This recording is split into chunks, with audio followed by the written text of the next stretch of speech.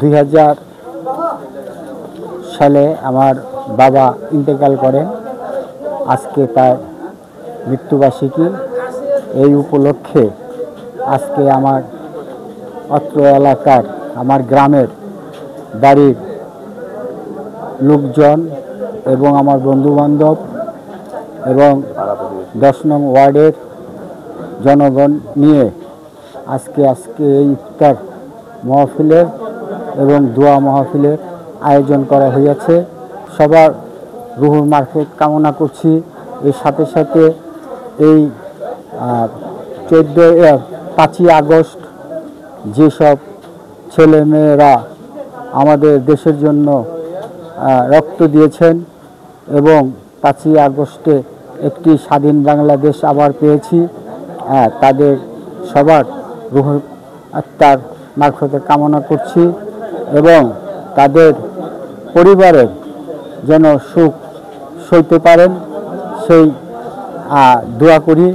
এবং আজকে এই মাহফিল থেকেই যারা অসুস্থ, যেমন আমার নেত্রী খালেদা জিয়া, তারেক রহমান অসুস্থ, তাদের জন্য দোয়া হবে। তারেক রহমানের জন্য দোয়া হবে। তারেক রহমান যেন আবার বাংলাদেশে এসে তার কর্মীদেরকে আবার নেতৃত্ব দিয়ে বাংলাদেশকে একটা স্বনির্ভর বাংলাদেশ গড়তে পারে, সেই সহযোগিতাই আমরা করব আমাদের নেতাকে।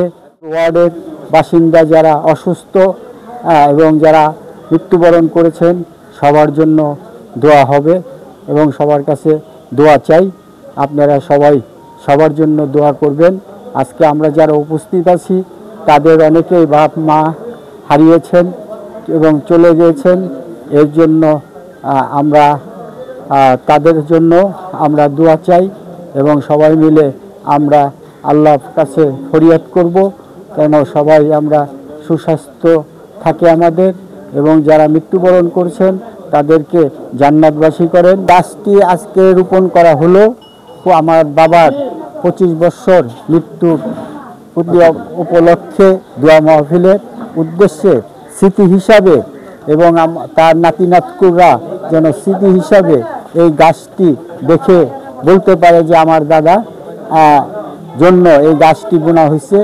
এবং এই বাড়িতে আমরা যেমন আসা যাওয়া আছে এবং আমার দাদা দাদি এবং চাচা চাচি এবং আত্মীয় স্বজন যারা আছে এবং ভাই বোন এবং আমার বাবা মা এখানে শায়িত আছেন, তাদের স্মৃতিচরণেই আজকে এই গাছটি লাগানো হলো। আমাদের এই আয়োজন বিগত 2000 সালে 25 বছর আগে আমাদের প্রাণপ্রিয় বাবা ইন্তেকাল করেছেন। তার মৃত্যুবার্ষিকী উপলক্ষে উনি এই রমজানের 25 রোজাতেই উনি মারা গেছেন, সেটাকে আমরা পালন করি। আমরা 25 রোজাতে আমার বাবার মৃত্যুবার্ষিকী উপলক্ষে আমরা এই খরচাটা করে এবং সবার জন্য দোয়া করি, দোয়া খায়ের করাই এবং আমাদের এলাকা অত্র এলাকার যত মুরব্বিয়ান আছে যারা ইন্তেকাল করেছে তাদের জন্য আমরা দোয়া খায়ের করাই এবং সমস্ত জাহানের জন্য, সমস্ত বিশ্বের মুসলমানদের জন্য, মুসলিমদের জন্য আমরা এই দোয়ার আয়োজন করি। আমরা এখানে দোয়া করি। বিগত ফ্যাসিস্ট আওয়ামী লীগ সরকার আমলে আমরা অনেক সময় অনেকভাবে এইটা পালন করতে পারি নাই, সেটা আমাদের মনে অনেক বড় একটা কষ্ট।